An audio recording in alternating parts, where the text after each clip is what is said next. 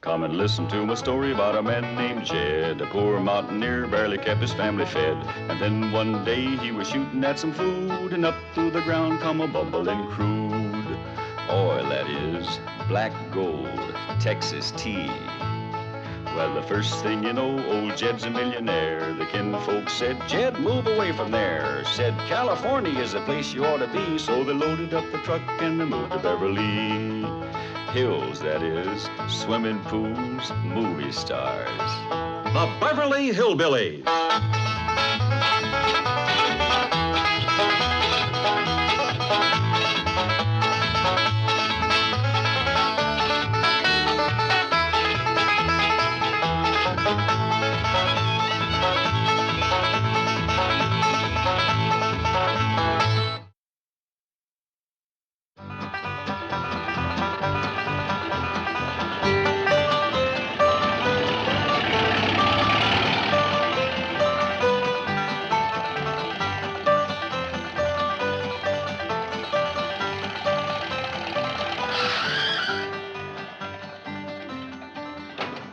You wait here. I'll go and see Mr. Drysdale.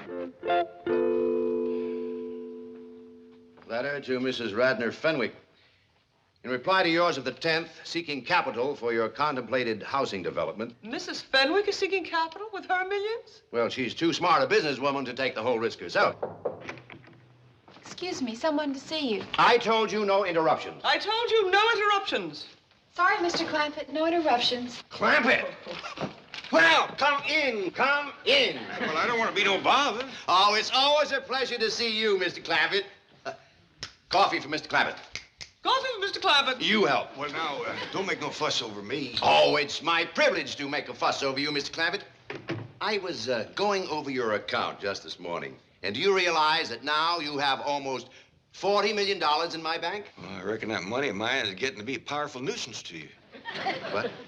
Well, I'm obliged you for storing it here, but it seems to me like I ought to be paying you rent or something. Oh, no. I'm delighted to do it.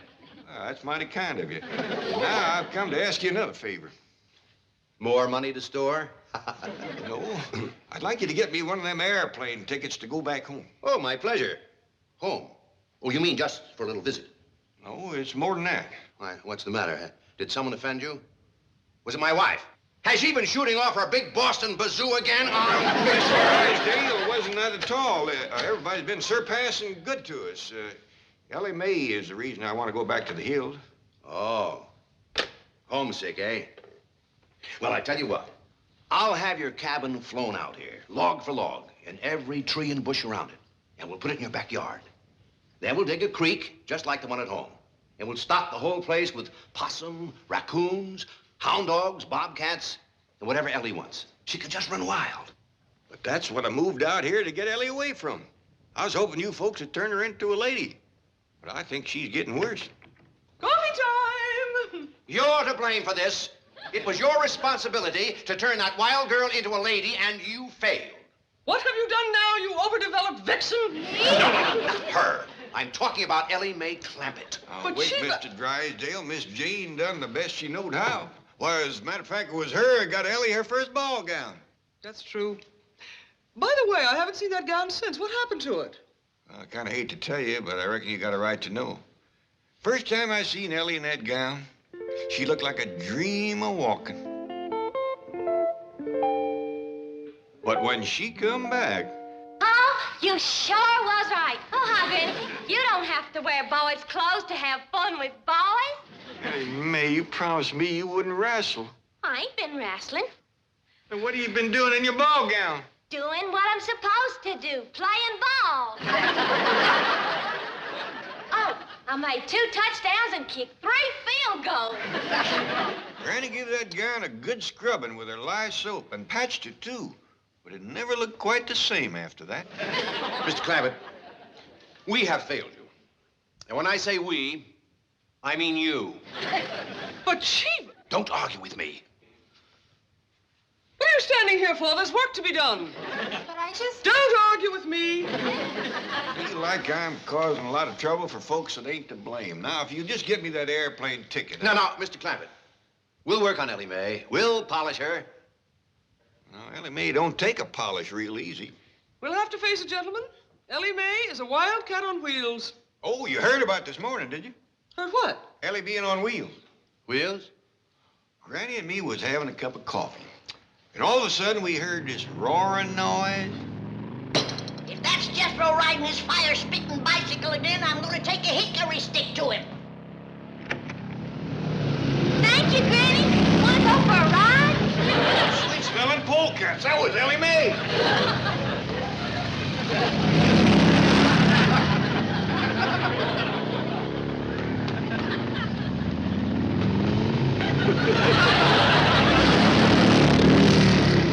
Shut that door, Jed. I'll cut through this way and snatch her off that contraption and paddle her breeches.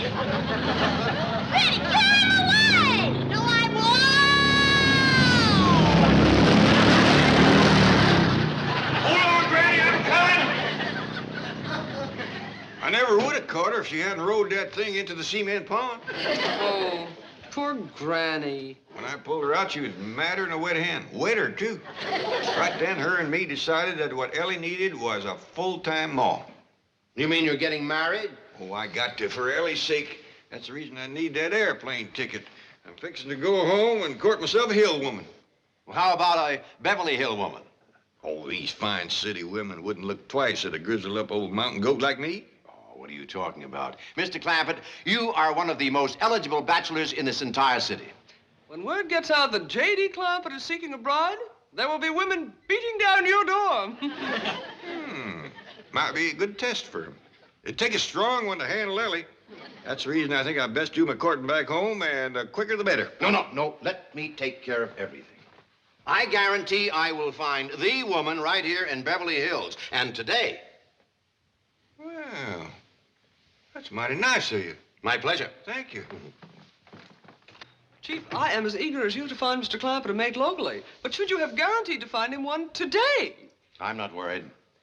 Beside me, stalwart and true as always, I have the finest secretary in the world. Thank you, Chief. A loyal and dedicated girl to whom responsibility is a sacred word. A girl who will never fail me when duty calls. Thank you, Chief. You'll make Jed Clampett a fine wife. Me? I? You.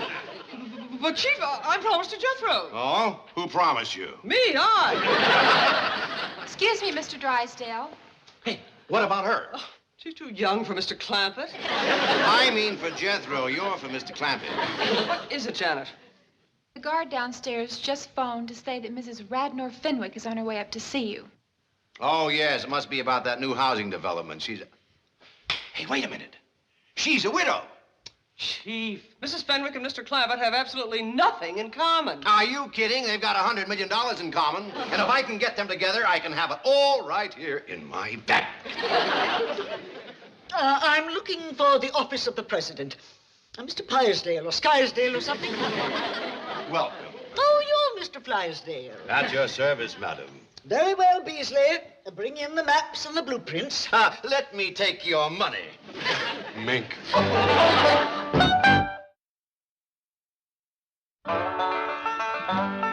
Granny, can I ask you a favor? What is it? Next time you ride my sickle, will you please not leave it at the bottom of the cement pond? I pretty near drowned trying to get that thing started down there. I didn't run it into the cement pond on purpose, you darn... What is that? Well, this here's some of that store-bought courting candy I fetched for Uncle Jed.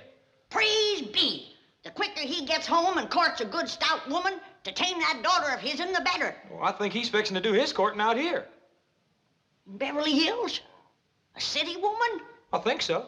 He's upstairs right now putting on his courting clothes, and he sent Elly May out to pick him some posies.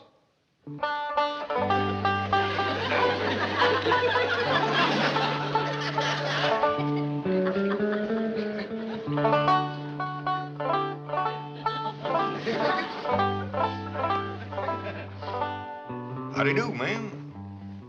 My name is Jed Clampett, and Mr. Drysdale, my neighbor, said you're prime for a little courting.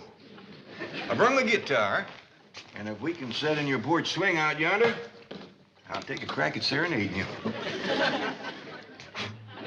Excuse me, ma'am. I ain't done no active serenading and courting in nigh on to 20 years.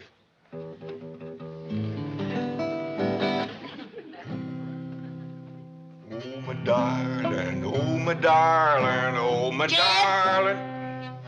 What's all this nonsense about you courting a city woman? Well, it was Mr. Drysdale's idea. Well, it ain't worth shucks.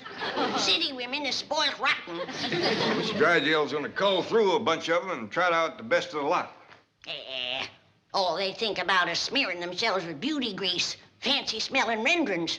Why, if you was to hug one of them, she'd squirt out of your arms like a prune pit. Well, at my age, I don't figure to do a whole heap of hugging. What do you mean, your age? Why, you're a fine figure of a man. A heap too good for these Beverly Hills society women. Jed Clampett speaking. Oh, howdy, Mr. Drysdale. You got any prospects for me? Indeed, I have. Ever hear of Mrs. Radnor Fenwick of Fenwick House? Fenwick? Fenwick? Oh, yeah, that's the widow Fenwick. Got the skinny daughter named Cynthia. That's the one. And she's very interested in you, Mr. Clampett. Very interested indeed. Well, you don't say. Granny, you remember the widow Fenwick? Yeah, and you ain't gonna get no dowry out of her. She's poor as a church mouse. Honeymoon Lane. That's a very appealing name for a subdivision. I'm out to attract the young married. Let others build for senior citizens. I want those long-term mortgages with interest payments that never stop. How much will the project cost? $100 million. Oh, I'm not risking one penny of my own. Well, my contribution is the idea, the experience, and the know-how. Oh, Drysdale. That's Drysdale, Mrs. Fenwick. D-R-Y, Drive. Yes, so am I. How about some tea? Good idea. Well, what news? Mr. Clampett is very interested indeed. Just how interested? I will need $10 million to get this project rolling. Well, I believe I could recommend that as a good, sound investment. Splendid. Provided you and Mr. Clampett hit it off personally. Personally, this is business. Well, Mr. Clampett is that kind of man. And it is important that his family like you, too. I've no time to socialize with those eccentric hillbillies. I have here my general contractor's license. I'm ready to start bulldozing. Mrs. Fenwick, both you and I know that those first 10 million are very hard to come by. Oh. Very well, but remember one thing. I control this honeymoon lane venture. I'm not having anyone tell me what to do with their money. Jed, I still say that you ought to go back home to do your courting, where the woman could bring you a dowry. You can bet dollars to dumplings that widow Fenwick ain't gonna come through that door leading no big fat sow. Well, now, Granny, a dowry ain't everything. The widow's got experience. She raised a daughter of her own. You remember Skinny Cynthia? I do.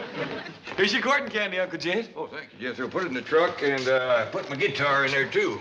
Because Elly fetches my flowers, I want you to drive me over to the widow Fenwick's. Is that who you're going to court? That's what I'm starting with. Well, Uncle Jed, now that you're here in Beverly Hills, why don't you court one of them Hollywood movie stars? Well, if things don't work out with the widow, I might just ask Mr. Drysdale, can he fix it so I can meet Lillian Gish? Maybe even Mary Pickford. Now you're talking dowry. I bet you that Mary Pickford is good for a herd of milk cows and a barn full of setting hens. Look out, Granny! Here comes Elly with my flowers. There's your flowers, Paul. Jed, I don't care who you court, but get to courting. I'm gonna need help with that young'un and need it fast.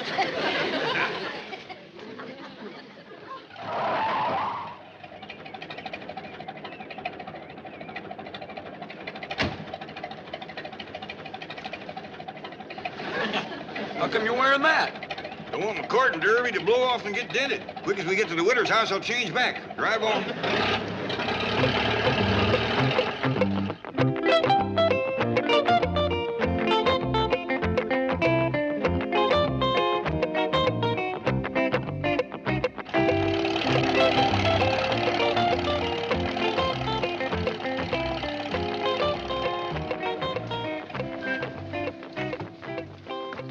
Like they still living in this little house.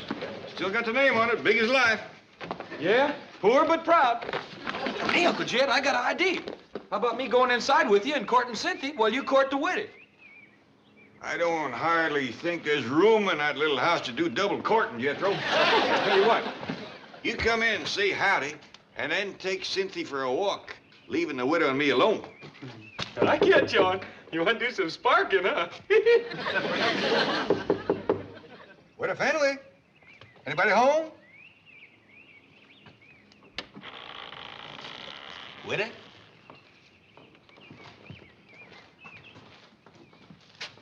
Don't appear to be nobody home. Well, hot diggity dog. Now you and me can eat the candy. Get out of there. Come on, let's go.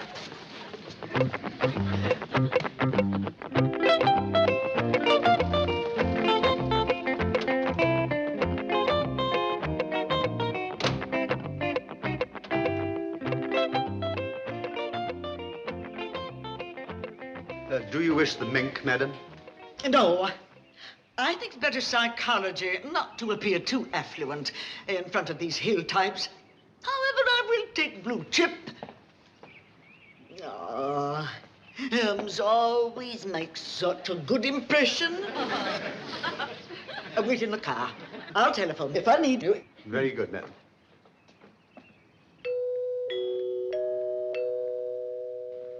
My dingies is coming out of the ceiling and the walls and every place. Somebody always comes to the door when that music plays. I reckon that's what brings them in. They hear it playing out on the street. Want me to go see who it is? I'll do it. You get that contraption out of here.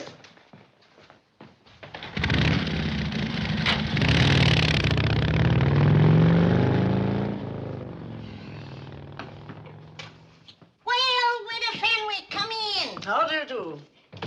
I see you managed to scrape up a dowry. Little lamb, ain't he? Oh, indeed he is. Well, he ain't much. But it shows your heart's in the right place. Come on out to the kitchen and we'll commence fattening him up.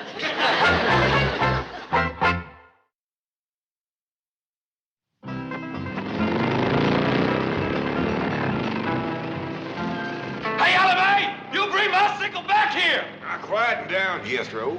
Looks like we got company.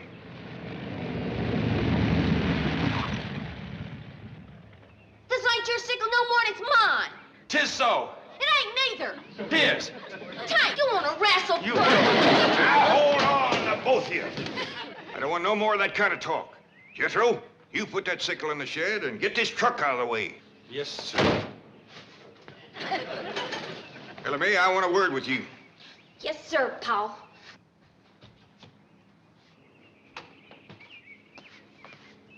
I'm fixing to court you them all. Not bad. Is that why the widow Fenwick done come over? She here? Sure is. Mr. Beasley yonder brung over in his new car. Mr. Beasley, huh? I sure hope Mr. Beasley ain't got first call on the widow. Wouldn't want to be grazing in another man's pasture. Especially him being a soldier in uniform. Oh, splendid you've returned. Howdy, widow. I reckon I was at your place when you was coming over here. Well, we're together at last, and now we can make up for lost time. Elly, why don't you go out back and see if your granny needs some help? Yes, sir, Paul. Well, widow, seeing as we ain't at your house and we's over here, you mind stepping into my parlor? The sooner we get down to business, the better. Sure don't beat around the bush, man. Mr. Clampett, may I ask you a question? Yes, ma'am? Your banker tells me you're worth $40 million. Well, that's what I hear, give or take a few million. Why do you drive around in that truck and dress as you do and eat grits and hog jowls? Well, the way I look at it, widow, if you got it, spend it.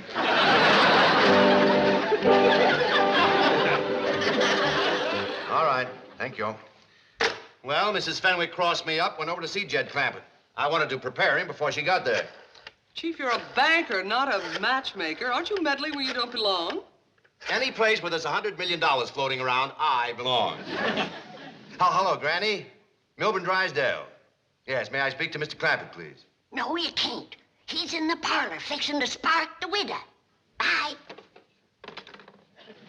Well, I've heard of skin the cat, spin the bottle, but what is spark the widow? Spark the widow! You see, it's already working. Now, who says I'm not a matchmaker, eh? Come on, let's get over there and help. I smell money.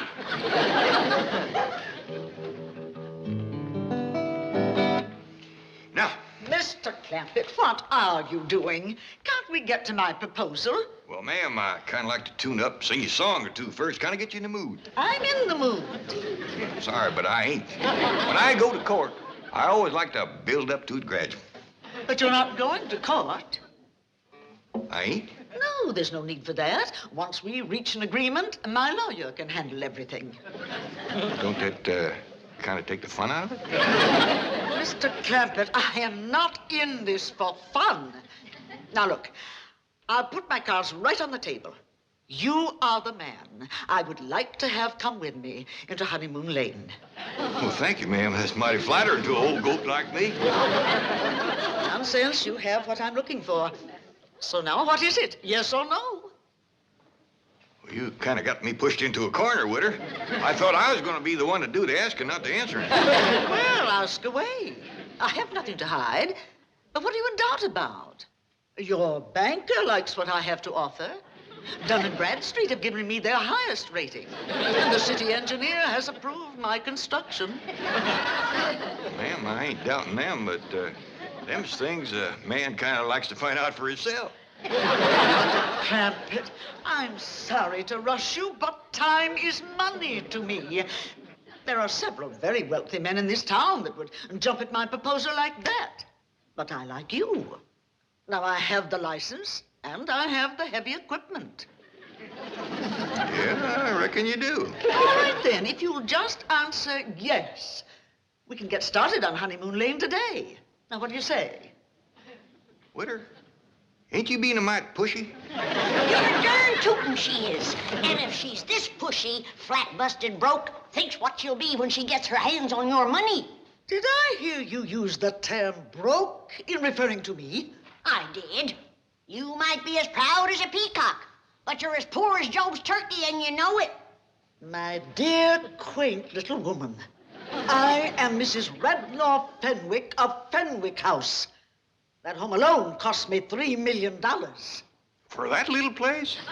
Witter, you got slicker. Look out, I can't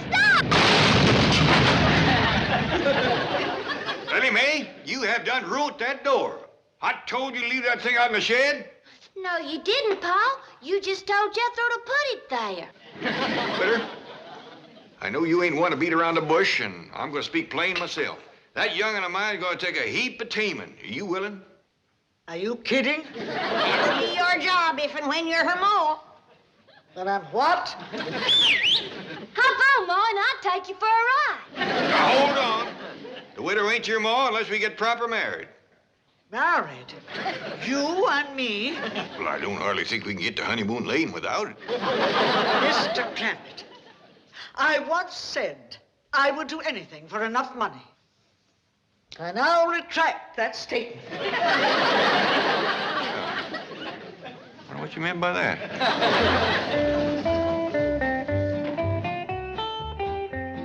Mrs. Fenwick is still here. That's a good sign. She and Jed must be hitting it off.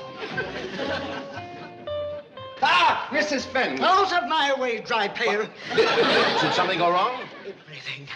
That hillbilly untouchable wants to marry me. What? Me! You can't blame him, Mrs. Fenwick. You're a ravishingly beautiful, devastatingly seductive woman. You are intoxicated. Just a minute, Widow Fenwick.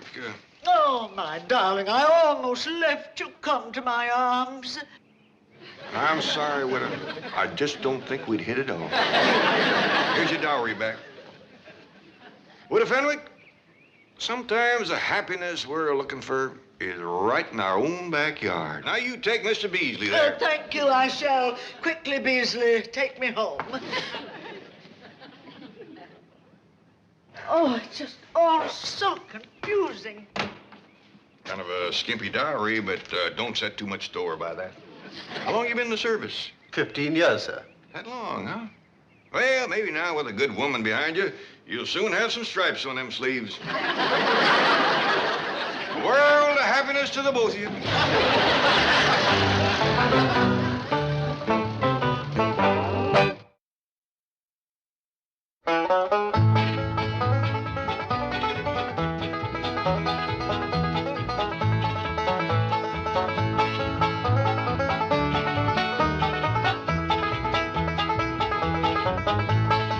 it's time to say goodbye to Jed and all his kin. They would like to thank you folks for kindly dropping in. You're all invited back next week to this locality to have a heaping helping of their hospitality. Hillbilly, that is. Set a spell. Take your shoes off. You all come back now. Here? This has been a Filmways presentation.